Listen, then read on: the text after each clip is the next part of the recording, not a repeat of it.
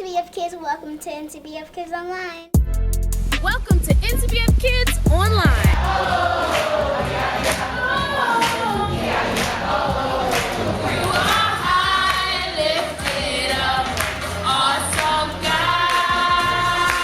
We have a very special experience for them. Hey, NCBF Kids. I just want to say thank you for watching.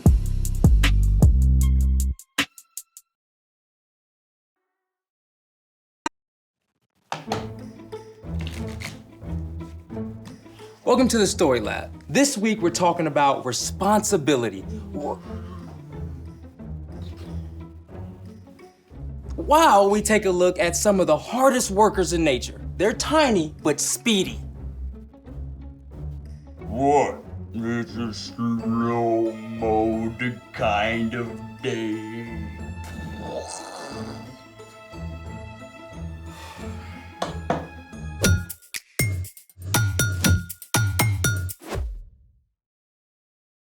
Hey, I'm Carter. And I'm Zeke. We're talking about responsibility, which is showing you can be trusted with what is expected of you. Okay, what's with the slow-mo? Winter break was so awesome. Sleeping in every day, no place to go. And then, bam! Back to school, homework, activities, chores. Even though it's only been a couple of weeks, it's too much. I want to go back to doing nothing. Yeah, I get that.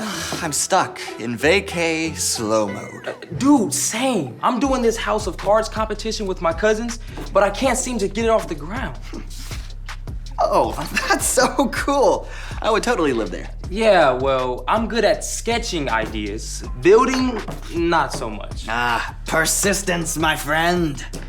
Dude, I've tried this 37 times. Ah, but you lack expertise. Oh, you're the expert? Well, my grandpa's the hardest working guy I know, and he's taught me everything he knows about building anything. Cards included. Sweet. Let's make it!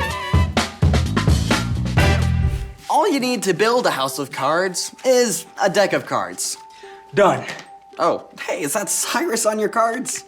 Best dog ever. He's been in the family almost as long as I have. Well, show me what you got so far. I start like this. Okay. Wait, okay? I just need to get them to balance. Let me try again. Okay. There. Cool, so now Can I take a crack at it?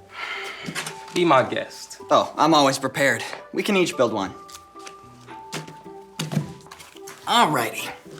So first, you start by making a triangle, or as sciencey people call it, an apex. Then, you build a second one right next to it. And after that, you put a card right on top, like a roof. Whoa, hold on. That is exactly what I've been trying. Where and when did you get these? Well, my aunt gave them to me for Christmas. She had Cyrus's picture printed and everything. So, the cards are brand new. Yeah, I opened them this morning. Aha! Aha! But come on, can I get a light bulb? Want to share your light bulb moment? Yeah. Friction. Friction? Friction is a force that acts between two objects that are in contact with one another. It slows or stops movement between the two surfaces that are touching.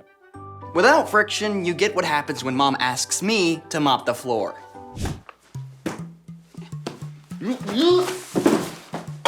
So, without friction, stuff slides? Yep. And your playing cards are brand new and slick. So, no friction. So, if I want to build a house that sticks, I need to wear these out. Or just use some of mine.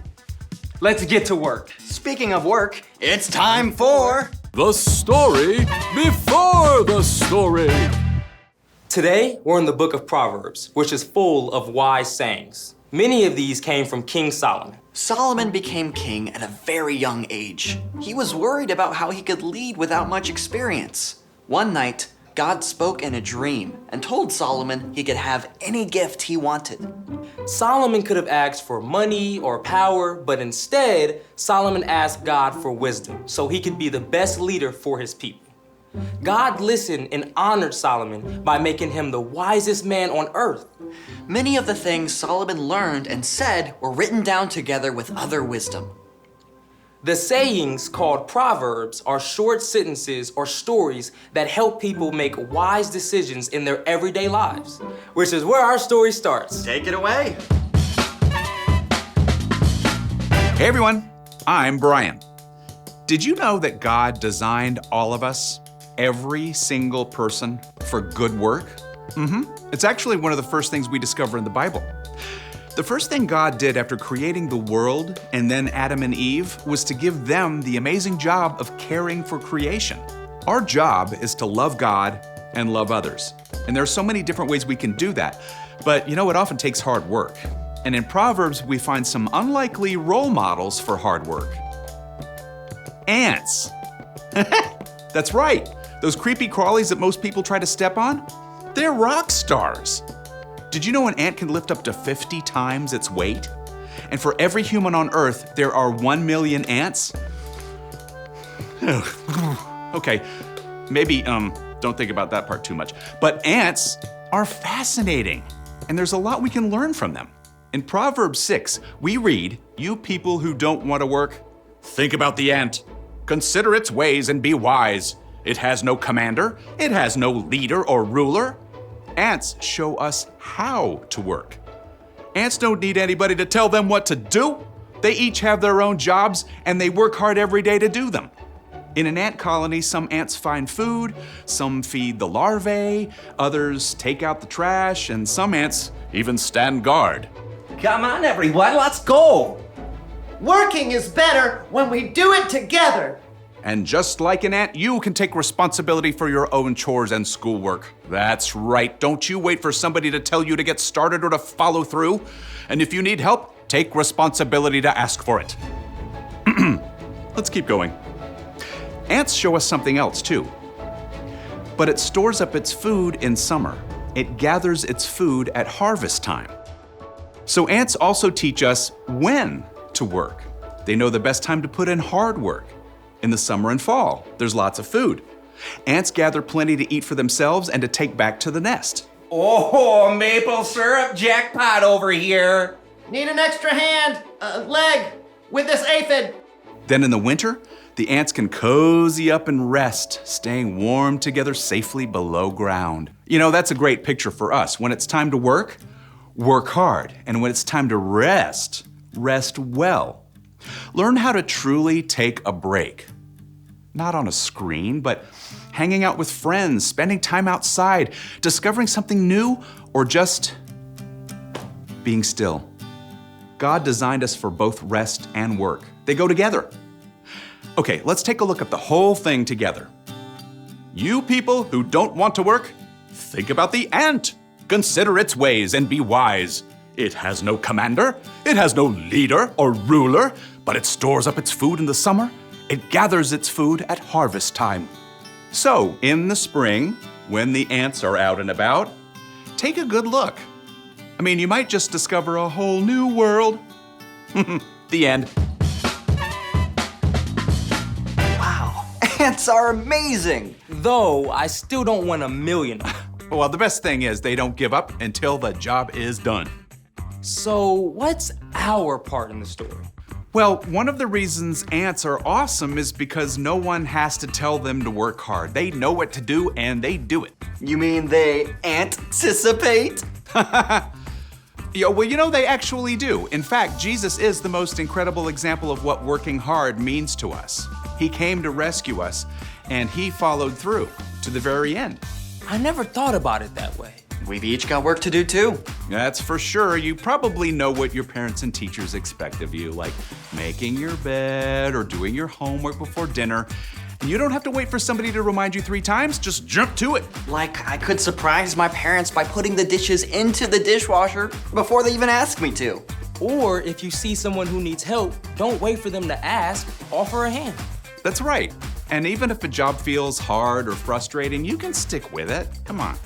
Like my laundry, because somehow there's always more. Yeah, it's even important to work hard when your part doesn't feel super important, like in a group project. Your hard work is actually a way to love others and honor God. So take a lesson from 1 million of your tiny friends. And do the work God designed for you. I think you got it. Keep your eyes out for the ants and see you next time. So, here's the thing. Work hard even when you feel like giving up. Even when life seems as slippery as a new pack of cards. Oh, hey, check this out. Look where hard work got us.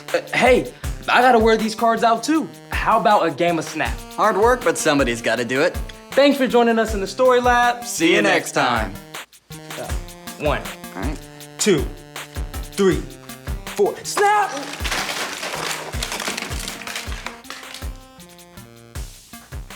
That took 4 hours.